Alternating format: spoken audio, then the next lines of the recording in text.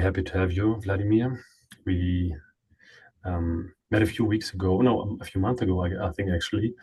And yeah, I'm very happy that you said yes to this interview. And as always, I would like to give you the opportunity to give a little intro, and then we, yeah, spend some time with you and your history. I'm very happy that you said yes. So here you are.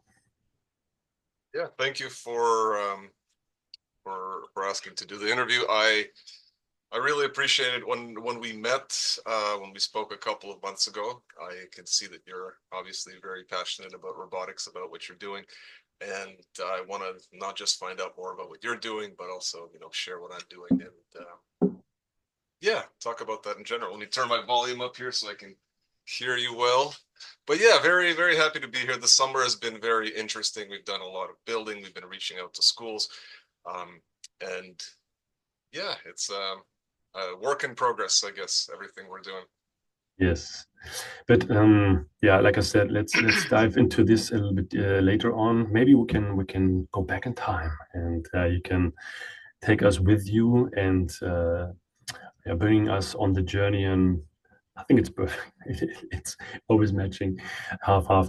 No, maybe yeah, maybe you can tell us a little bit about how things started, right? And then later on, we spend some time on what you're doing at the moment because just the last few weeks have been crazy. And yeah, maybe you start. Well, I guess it depends on where we want to start. If we're robot school only started about 7 months ago. I had the idea in my head of teaching kids to build robots for a long time. In fact, my wife and I have been talking about. Um, Actually, give me 1 sec before I answer that question. I want to this camera here. So I really like to line things up horizontally, and when I see these lines not lined up, it gives me it throws off I my feel focus. I'm you. like looking at I these f- bricks that are not sideways, and I know I'm I talking. feel you. I'm a quarter German, and that means a quarter of the time I have OCD about something not being straight or aligned enough. I love Um, it. I love it. yeah. So now that things look reasonably aligned, yeah, I had the about a year ago I started a company, an e-commerce company, and the goal was let's go make a ton of money so that we can then do the things we really want to do. Which for me, I said I want to teach kids to build robots. I have a son myself who's 5, and since 2, I've seen him really you know, want to learn electronics, start to learn electronics and robotics. And as he did that, I've gotten excited about it myself. And I don't know, for one reason or another, I don't know if there's always a logical reason, but I want to teach kids and I want to teach other people to build robots because robots are the future. I love robots, blah blah blah, all this stuff, cool stuff. And so what happens is around January, I get a call from my son's school while I'm still operating this e-commerce business, and they said, "Hey, do you want to teach a robotics class at the school?" They just happen to know that I build robots and stuff, and so I said, "Yeah, absolutely." Like I've kind of this is kind of what I wanted to do for a long time. And interestingly enough, after teaching it, they said, "Come back, teach more classes." So I said, "Okay, this is kind of cool." So I reached out to a bunch more schools, and they said, "Come teach." So robot school started around February of this year. And the e-commerce business that I was running, I said, why am I going to spend time doing something I don't love to then do something I love instead of just doing the thing I love in the first place? Now, of course, there's more to it. Of course, you have to pay the bills, there's the reality of life. But this seemed like an opportunity where instead of working for the future came to me. And so I felt like I had no choice but to to start robot school and to teach kids to build robots. And you know what? The kids love it. From the beginning, from the very first class, I saw that spark in the kids' eyes. And this is something that's actually like it's very important to remember your first experience doing anything. The first time that I taught one of these classes was really changing or life changing for me because I saw what I saw in my son in a dozen other kids that we were able to replicate this first time you see something, that spark, the gears that go off in their head. Oh my goodness, I just turned on a switch. Look, show it to all my friends. That was really awesome. And not only is it fulfilling for me personally, but it's also, I believe, very important to the future, to the kids, to the parents, and the teachers, the students, and their parents all seem to enjoy it. So things seem to line up. Um, things don't always start out with logic, i.e., let's do this so I can then do this because it makes sense in my head. Um, and here, like I thought I want to teach kids to build robots. Like yes, there is a logical reason of people need this, and I enjoy it, blah blah blah. But at the end of the day, I kind of just want to do it. And I think some of the things that I like doing the most in life are things that I just want to do. And yes, there's a logical reason and this and that. And then, sort of, as I thought back on it, I learned the Japanese concept of ikigai, which is combining four things, which is something you're good at, something that can help you. Oh, there we go. I'll get a call from my wife. I'll have to call her back. Um, the Japanese concept of ikigai, which is combining four things: something that you're good at, something that can make money, something that helps the world, and something. What was the last thing? Some helps you, makes money, that you're good at, and that helps the world. And so I find those four things happen to come together for me in this particular business if I start thinking about it. But on an emotional level, I just enjoy doing it. So the story is very simple.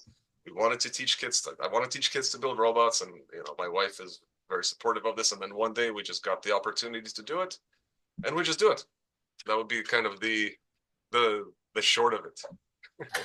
Yeah, you you already jumped to the let's say outcome of of the journey, right? As I said, I'm always keen, or this is these episodes are about the people behind the projects, the people behind the ideas. So not only necessarily founders, but mainly founders as well. So if and you said, right, there's the things, can I make money with it? And then can I somehow fund the things I really would like to do versus just do the things you like to do and try to make money with it, right? But this is a certain stage where you need to come mentally to have the guts to do this actually. So maybe you can take us back, like really back in time, and we're talking about like high school or even like growing up with your parents or siblings, and walk us through, because what I think is really valuable for people seeing similar or not similar path, right? So, oh, I had the same kind of background, but my way brought me to this, and this guy had the same background, but this brought him to become a founder of the robot school, right? And so if you are able to, and if you're willing to, go back with us in time and tell us how was your upbringing, how was your education, how is this related or not related to the things that you're doing today? It's a good question. Um, I think life kind of ties itself together over time, whether you try it or not. When I was younger, I was both a camper and a counselor at summer camps. Something that I've always enjoyed doing is working together as a team and either learning from people who know stuff or teaching people who know stuff. It happened to be sports at the time. I played high level volleyball. I played at nationals and provincials here in Canada. Um, but the idea being that I've always enjoyed being part of a team and doing something together. Um, whether that ended up kind of translating into something to do with robot school, I don't know. But what's really been the story, I guess, of my life is overcoming things. When I was around 19, I had rheumatoid arthritis, which I still, to this moment, deal with. So I had a lot of joint inflammation and this and that and this kind of stuff. So I had to figure out a way how to deal with that. And over a few years, I figured out how to make that stuff go away and work. I had to have braces 3 times. So the idea of overcoming things just to be able to chew and not to have a headache for the rest of your life. That's taken me many years. I would say the thing that's sort of the common thing in my life is long stretches of commitment to a goal and to overcoming a thing. Um, that when it comes to starting a business and having overcome things that I think are actually hard, I don't think anything I do right now is relatively that difficult. Like, yes, a lot of it requires not sleeping a lot, making phone calls, sending emails, whatever, things that you would consider quote unquote annoying, hard, whatever work.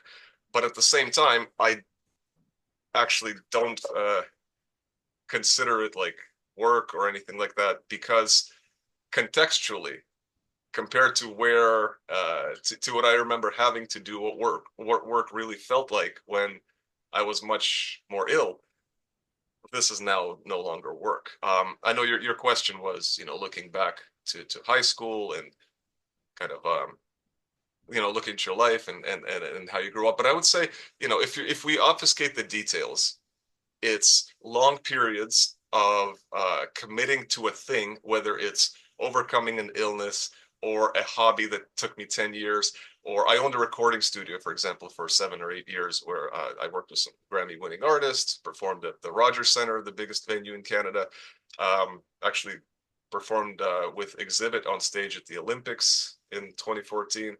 Um, I think these things kind of, if I look on it kind of highlights that just go for things and do things. And a lot of my life, I was never money driven. So I started in pure math when I was in university. Anybody that's in math knows there's not a lot of money in math. Even at the highest levels, you're not doing it for the money. Um, but then I If you're switched. I not got into applying it, business. right? If you're not applying it, but because if you're applying it and you become an analyst, data analyst, or going finance, there's a lot of money if you are good in Absolutely. math, right? But Absolutely. you are sure if you're staying in academia and staying in math, math, then there's obviously not too much fame or not too much money attached to it.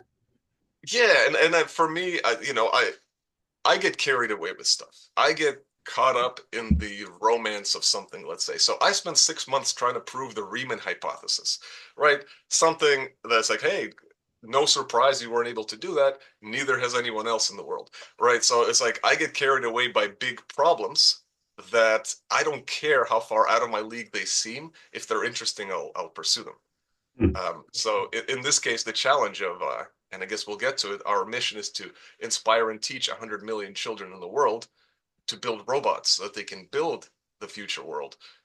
Big challenges inspire me. I like to be inspired by being overwhelmed, by taking on things that I probably won't succeed, and that makes me not have to think about, oh, am I going to fail? Am I going to fail? Probably, because the challenge is so big. But that's what makes it interesting. I mean, I think this you telling this is valuable enough, anyways, because I mean, this is what the podcast is all about. Having people sitting in front, and if robot school will be a success or not is too far in the future to really. I mean, at the moment it has traction as far as I see it, and it seems to result in a few good numbers. But as you said, long periods of time, you need to do the right things often enough, right, to really succeed or to accomplish anything. And here I see that yeah, the theme that you set, if you're going one step further or looking at the meta um, level on it, is the grit that you do need to have, right? The spending so much time on it, even though the odds are not in your favor. And while I would like to share your life or from the other guests, is yeah, being an inspiration and really saying, look, this what I went through. This could be more or less things that you're going through in one way or another, and this is what I made out of it. Right? You said I tried to get rid of the pain. I tried to not let the pain make hold of me or keep me at the place where I was, and aiming for things that are much bigger than I am, and where the favors are definitely not the numbers are definitely not in my favors, but I pursue them anyways, because why not? Why not trying, right? And so this is the reason why I like to go back in time and see where things started. What are the repetitive patterns that you can see in people that are founders, that are people that are trying again and again. So yeah, thanks for sharing this. And so you said you have been trying to get a degree in math. How was that successful? Did you finish it? switched topics, or yeah, maybe you can say a bit about this. Interesting story. Um, I started the University of Waterloo in pure math, and with a minor in physics, where I spent about 2 years. In the third year, I switched to business because honestly, I got a little bit bored with doing math for the sake of math. I wanted to do something more applied and more, and when I say applied math, I was not applying any of the applied math to my life in any way. Um, so after 2.5 years, at the University of Waterloo. In my third year, I got expelled from the University of Waterloo for breaking into the school systems and stealing exams and changing grades and things like that. Um, it is what it is. I transferred to University of York with all my credits and ended up graduating from there a year later with a degree in economics. I haven't used my degree, so whether I graduated one place or another didn't fundamentally matter to me. But that's kind of the story. So I would say my education is in math, physics, business, and economics over the time that you see that I spent there. But most of the education is actually coming after in doing real work for, real clients and real demands of the world. Um, yeah, and so around 2010, I finished university, or 2008, 9, I don't remember exactly. Um, 2008 to 2011, I don't remember. And then around then, I opened a recording studio and followed my childhood dream of owning a recording studio and making music and performing places, what kids dream of. And so by age about 25, that I said, let's stop dreaming. And then I closed the recording studio because as fun as it was and as much as we did cool stuff, um, I started to want to make money. And if you compare what you can do in tech compared to what you can do in music, regardless of your level of success, I was more tempted by the tech. And so I got into tech. I started doing software development. I opened a company, worked for a bunch of big companies, a bunch of startups, lots of prototypes. Yeah, this kind of stuff. Got a little off topic of the school, but yeah. No, no, this is what I'm saying. So, like I said in the beginning, I'm always interested in the person behind the technology. I'm always interested in the person behind the company, behind uh, yeah, the product, and because I would like to show people what I mean. You said you owned the recording uh, studio, right? And so, how far away is this from building robots? And so this is why I'm saying why I always like to invite people with interesting CVs, because I mean there's a lot of interest in being and assembling a radio when you're 6, and your father is an engineer, and then your brother is an engineer, so you become an engineer, and then I mean there's nothing wrong with it, right? So I'm admiring those people because they spend so much time on getting very good at one specific thing, and it's always nice to see people being very good at things, right? This is the reason why we look sports, because you can see people who spend the majority of their life on one specific, getting good at one specific thing. So and it's interesting that you say you tried it out for a few years, because this is what it's all about, right? Trying out, see if it works out, see if this makes sense, and then after a few years you pivot it, and this is a brave moment as well, right? 5 years is not like 5 months or 5 weeks. It's like 5 years of your time, maybe even longer. When you decided to close down the studio and pivoting and going towards a different path. So there's a lot of learning that you can take out of this as well, right? But yeah, continue the story. It's interesting you mentioned kind of you called it a brave moment in 5 years. Um, I would say that where I really don't see eye to eye with a lot of people is I don't have as much of a sunk cost fallacy, and that I have an easy time leaving things that I've spent a lot of time on Yeah, when I nice. have a better forward perspective. And I think that comes from playing a lot of poker.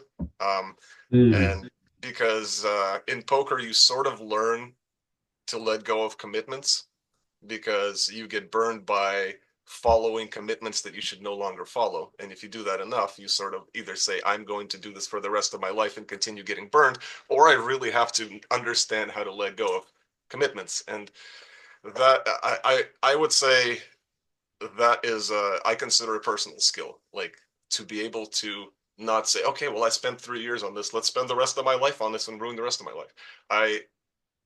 With that, actually, what comes with that is if you do it enough times and you don't necessarily fail at the things, you learn from a lot of it. What happens is you then develop a wide range of skills, and then you're then able to do other things that require, instead of 2 specialty skills, they require 10 generalist skills.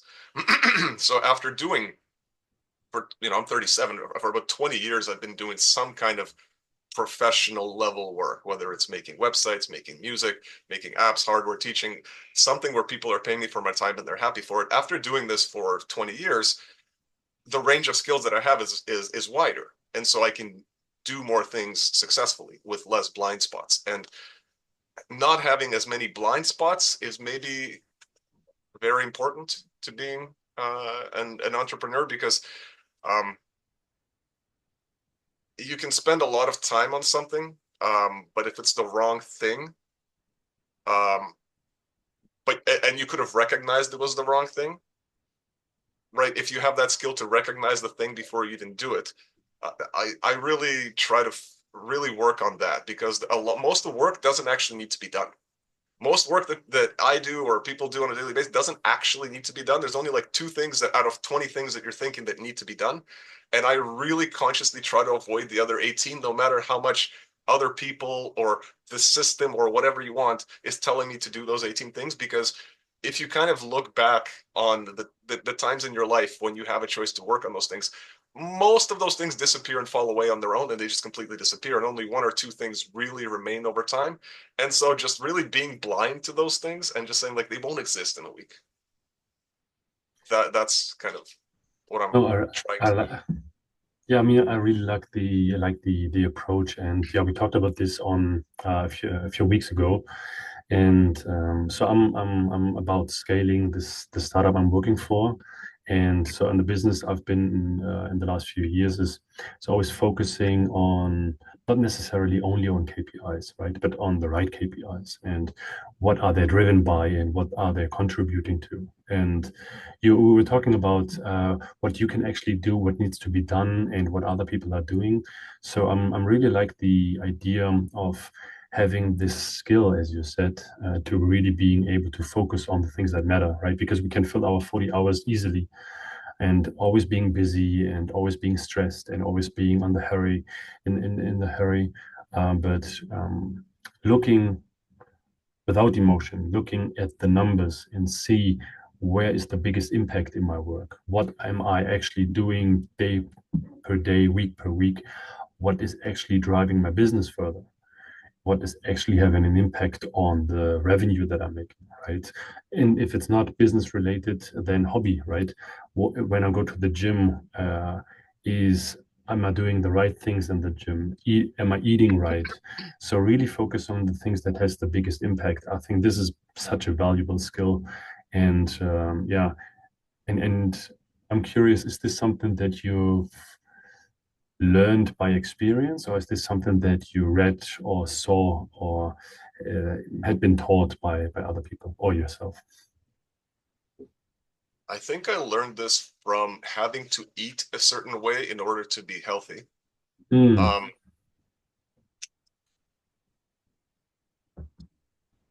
how do I? So let me just think about this. Um,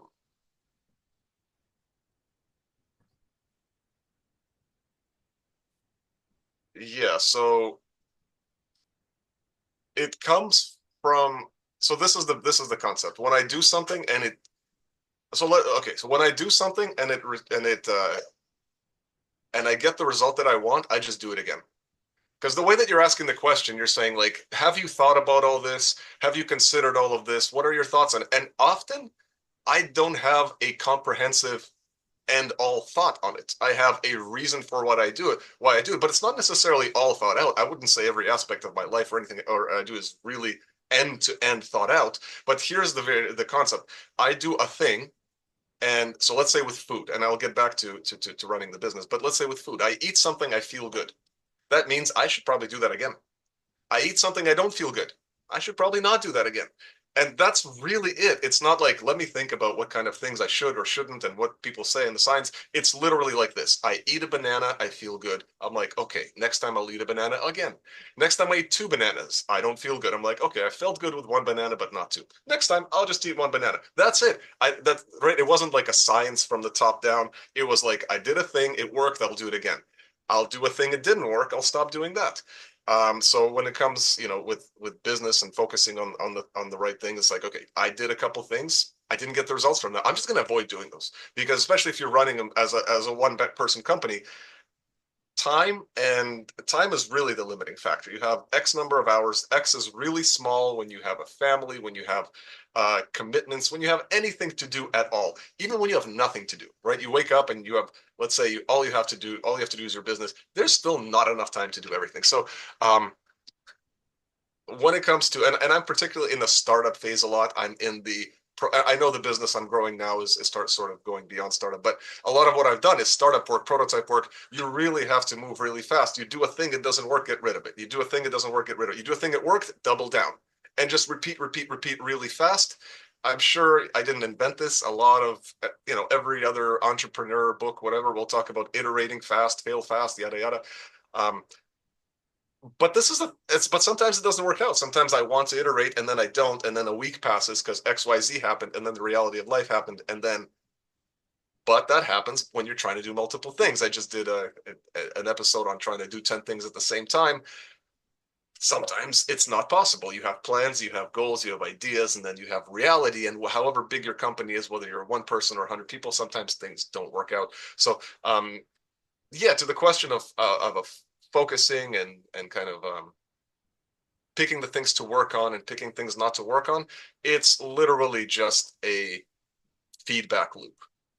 I'm kind of like alert and LLM. I do a thing, I get negative feedback, I stop doing the thing. I do a thing, I get positive feedback, I stop doing the thing. Of course, the danger there is you can be caught up in the moment and you're not long-term driven, but I try to frame this in the long term because it's not about dopamine. It's not about does it make me feel good now? It's did it accomplish the thing I kind of said to me. So it's not about chasing the high of the moment.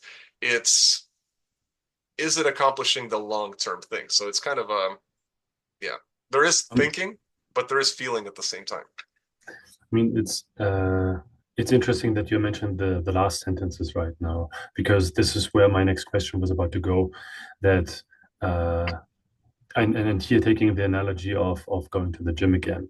You go to the gym, you work out, you come back and look at the mirror. There's nothing happening.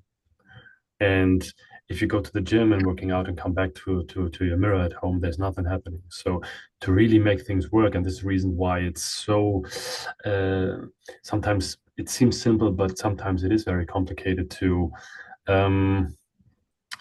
yeah, is it really being able to see the difference between some things take time, right? Some things going to the gym once or twice it will not solve the problem. You do need to go to the gym for 5, 6, 7, 8, 10 months, 1 year, right, to lose weight, to become stronger, to develop your muscles. But on so there's a reason why a lot of people are jumping from workout plan to workout plan. But then on the other side, as you said, in prototyping and building a product, getting feedback fast, right? So and here the devil is in the detail, I think, right? So now we're going to data driven topics. So for example, if you go to the gym, track everything so you can increase the load that you are able to lift over a period of time if you're really tracking it, right? If you're really a data do your decision making are data driven. So if you think there's a task that I attached to my product and it's not working out, I need to be able to interpret her why it's not working out, right? So here it is interesting to really think about what are the things that take time to really work and what are the things that, for example, a feedback loop with customers can be very fast. You're shipping out the product and you're collecting some feedbacks, hop on a few calls, go to the few on sites, and then trying to find out and talk to the operators or engineers or even managers, and then understanding, okay, this is some features I developed that are not necessarily, I don't need to put more time into it. Yeah, this was my take on that. Yeah, the feedback loop, depending on what you do, the length of it is really different. Um, the ability to, we have a desire to also find patterns in things that may or may not have patterns. So let's say with the gym, or with anything. So part of what you're saying is, and the way that I kind of approach it is, it's not about trying something once. It's do a thing for long enough to get results from it. And so for most things, like with diet, right? I eat very regularly, but I got to that, and I go back to diet because it's like, it's a very, in learning how to eat properly, I learned a lot of other things. Um, it's not something that happens, no matter how much you may know the answer, it doesn't happen immediately. It happens from trying the experiment 10 times to gain a level of confidence, then 100 times to gain another level of confidence. And then one day, you may repeat the same thing but get a different result because the environment changed, you changed, customers changed, whatever. So one thing like that I believe with, particularly in the startup phase, before you really have actionable data, is you sort of need to be connected to your end customer in a more than data kind of way. The data will come, but your sample size is really small. When you're in a startup phase, you can have 50 people you talk to, they're all happy. Well, maybe you're just good at finding happy people to talk to, right? It doesn't actually tell you much about your market. You want to use data, you need large numbers. And sure, you can absolutely, you look at your existing customers. Why are they happy? Why are they coming back? What are they saying? The reality is, a lot of time they're doing their best to explain their feelings and they don't even know. So Mm. like I found in the things that I've succeeded, I knew things about what the customer wants that they didn't know. If they know, the game is kind of isn't there to play anymore. They can do it themselves. So it's actually not even the customer's role to know necessarily why what you do is good. That's why you're the professional, right? Like when you listen to a song on the radio and it's highly produced, most people don't know what kind of samples, production tricks, techniques, mastering, compression, whatever that goes into it. They just don't know and they don't care, but you know the difference because you have enough experience and taste to know the difference. And so like when I'm delivering whatever it is, a class for kids, well, when parents come in, they don't know what it's like to be a professional teacher. They haven't done it necessarily, but they certainly have seen enough classes. They've seen their kid happy and not happy. And that's the feedback. Um, yeah, I think that kind of touches on the question. I mean, so this is the reason why having product very, like the product manager, so to speak, very close to salespeople, very close to customer success people, right? Because there's a difference. If I think the famous quote is from Ford, if I would have asked my customers what they want, they would have asked for faster horses, right? Faster horse, And yes, exactly.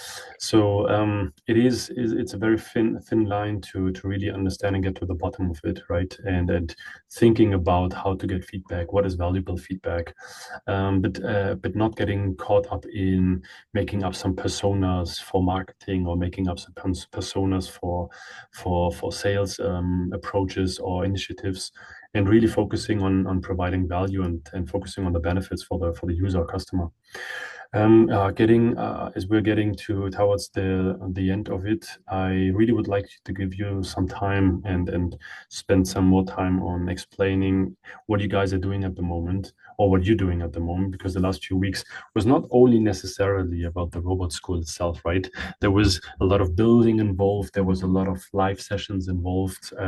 Maybe you can share a bit about this, because I think this is a very unique and again brave original content idea, and not a lot of people are pursuing that, right? There's a lot of uh, sharing and curating, but not a lot of really creating happening on social media. So maybe you can tell us a little bit about how you brought those two ideas together, right? So building in public and your company. In order to inspire 100 million children to build robots and to learn to build robots, it takes, first of all, a certain amount of time. There are not 100 million children, right? I mean, there are, but not 100 million children accessible and ready to learn today, but they will be over the course of a couple of years. It requires inspiring their parents, it requires inspiring their teachers, and it requires inspiring the world to understand that not only do you have the ability and skills to build these things, but they will change your life. And if you don't understand that, then you're going to be left behind. The idea of building in public So I've done a lot of building and prototyping. Like I said, I've worked with Coca-Cola, Rogers, BMW, KPMG, Morgan Stanley, a lot of big companies building things from the ground up. I've also worked at a dozen plus startups building online casinos, statistics software, uh, media sales platforms and marketplaces, whatever you can imagine. And one thing I think there's a tendency online amongst creators to teach the thing that they just learned because their minds are still blown by it. Right? So let's say you're a creator, you make content, you learn about a tool and you're like, oh my goodness, this is changing my life. I want to tell everybody else about it. Cool. But you also don't know how to use that tool. So um, one of the things that I approach is in building live is let's actually do it live. Not I'm going to film a video for 3 hours and post a 5 minute video about how it happened and tell you about how cool I am, but literally build it live and see if it works. And part of doing it live is taking away some of the glorification of it. If you can watch a 7 hour video or tune in for parts of it and get something from it and enjoy it, that's as boring as it's going to get. And if you like that, and I'm going to make you like that because of the results, then you're going to really enjoy the real of it because I'm showing you the absolute most boring and least exciting part of it, and it's actually kind of fun. The idea of doing it live is also, honestly, you have to practice what you preach. If I'm out here every day saying we have AI that can make this for you in 3 hours, we have AI that can build your business in one day, and then I'm not doing that, then I'm lying. So I have to show, if I'm saying I can do this in 3 hours, then I need to show you how I do it in 3 hours, or I'm lying. That's simply it. So I need to know to myself. It's actually it's a part of it is so that this is for other people, but a lot of it is also a little bit selfish in that in doing this, it's actually making me much more professional. I think by doing these live builds 50 more times, with let's say 100 times over the next year, 200 times, whatever time, I'm actually going to get really good at broadcasting, building, teaching, all kinds of stuff. That's really something I wasn't as good at before.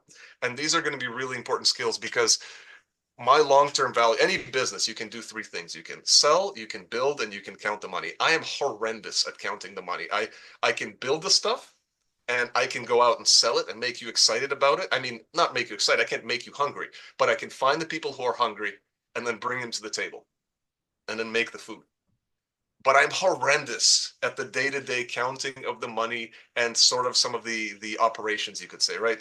I know I'm not an operator type CEO or whatever you want to call it, but I do know what I do to start and move businesses forward. And to do that, honestly, I think the best thing to do is just to show it. I know it's not the complete perspective. Some things will get cut out as I realize, yeah, maybe you don't want to show everything. But at the same time, you can, I also want to take the other perspective, which is show everything and just get better at the stuff that isn't good enough instead of cut it out. So what's been going on for the last 3 weeks and really since May when we did this first 12-hour, in May, we did this 12-hour build with the one-click creator community on X where we had a lot of people tune in and build at the same time. We built apps, we built Chrome extensions, and people who have never built an app before were building apps by the end of this session. And so I realized we don't have to stop at kids. Inspiration, sorry, discovery and invention are not limited to children. Adults who are driven have the ability and the desire to build, to discover, and to invent. And with the tools that we have right now, I think there's going to be a bit of a rebirth of people who are older doing incredible things because they're unburdened um, by the expertise they no longer need to have. A lot of people have great ideas, but they didn't have the tools. And now we have the tools. I mean, this week we got what Cursor is out now. People are using that. We've been using all kinds of AI for like couple of years now. And so the point of doing it, the point of doing all of this is to teach more people to build. And then they'll build robots because that's what is needed for the world, right? 100 years ago, you would have built houses and machines to press papers or whatever. Today, you're going to build robots. So I'm just about building, doing new things, trying things. And at the same time, I also don't know where we're going to go. in 5 to 10 years. Cool. I know we're going to teach kids. I know we're going to build, but the way that it looks, it's evolving. The the thing that you said is making it more accessible, and also there's some sort of democratizing certain things, right? You said there's some, for example, the main breakthrough of AI in the last few years was mainly driven by some entertainment tool, so to speak. Only very few will really make something out of it. For example, you have text to image, text to video, right? And how complicated and restricted it is, resources wise, but also money wise, and just having access to it. If I'm very creative, right, but I don't know how to draw, because you really need years and years of practice to draw, and or making movies, or making music, right? But you have so many ideas, but there's something missing, the actually skill of playing some instrument, or painting a picture, or shooting a movie with a camera and everything that is necessary.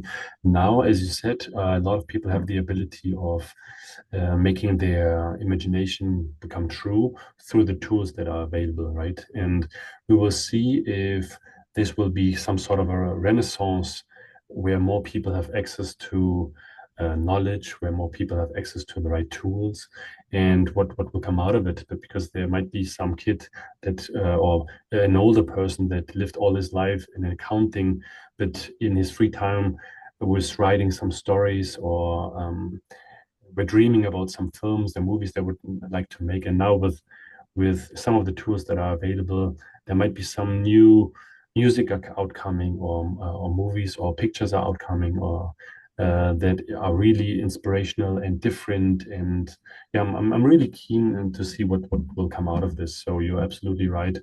I'm very hungry to see what will be the outcome. When you're looking at the last few weeks and episode that you had on X, and the live building sessions that you were, yeah, streaming, was there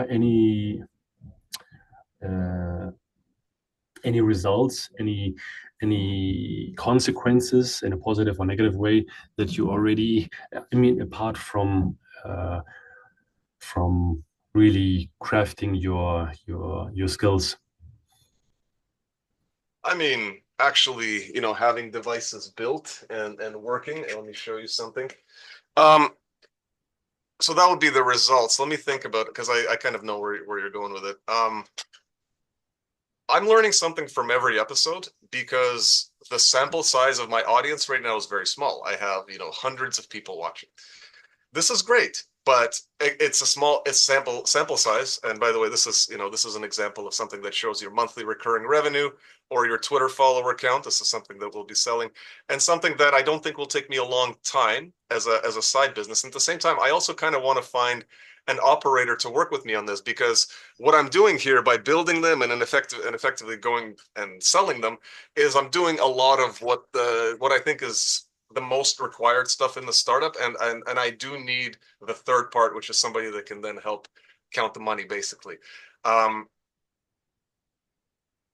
what have I learned from these last? So I'm learning that consistency is very difficult.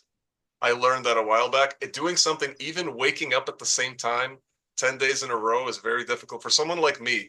That, I talked about, I have a routine, but I also don't, right? I go with the flow in the short run, and then sort of have a long-term strategy.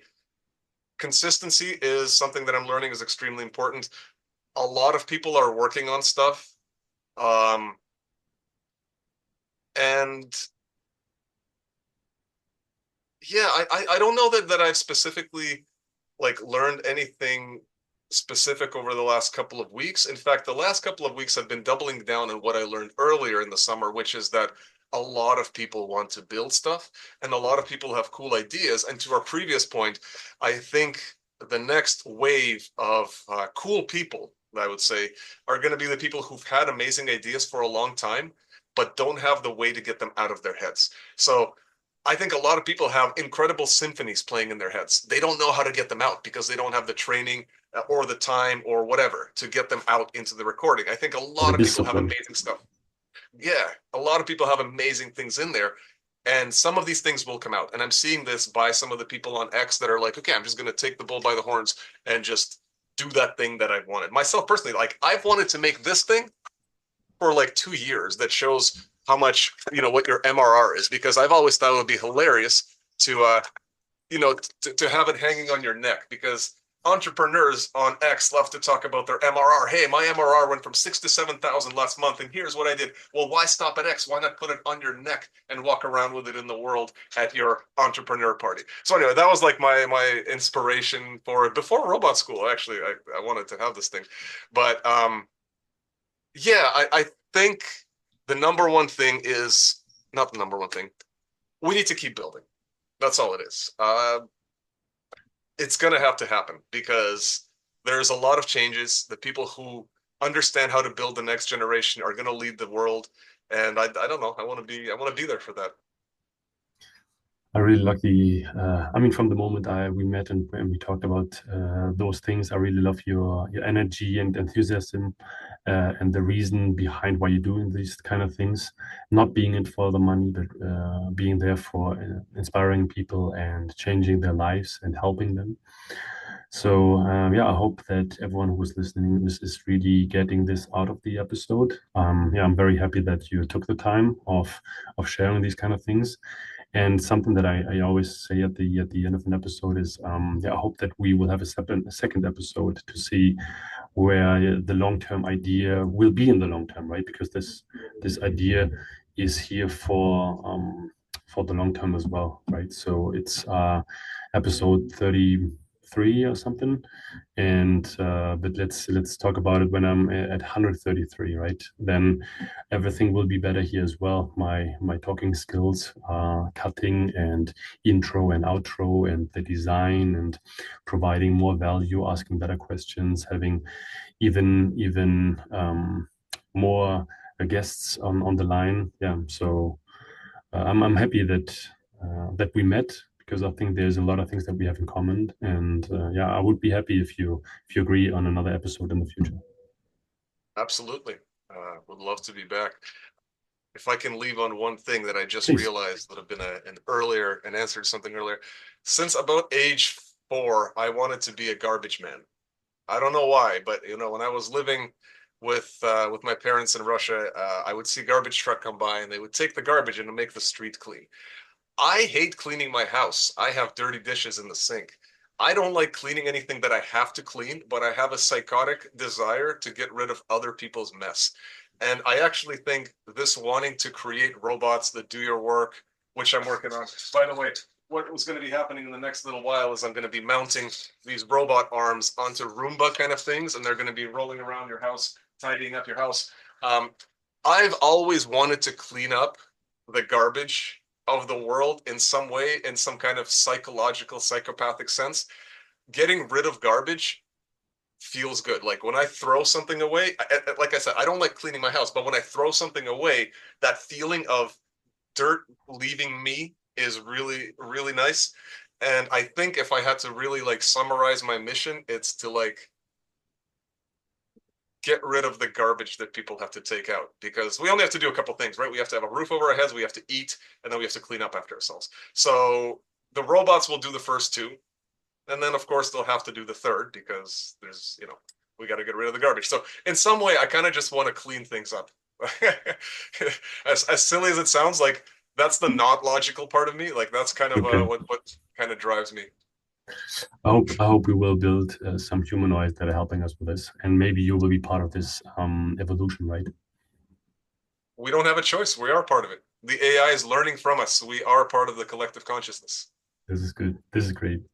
I say goodbye and yeah, talk to you soon. Thank you, Lear. Talk to you soon. Bye bye.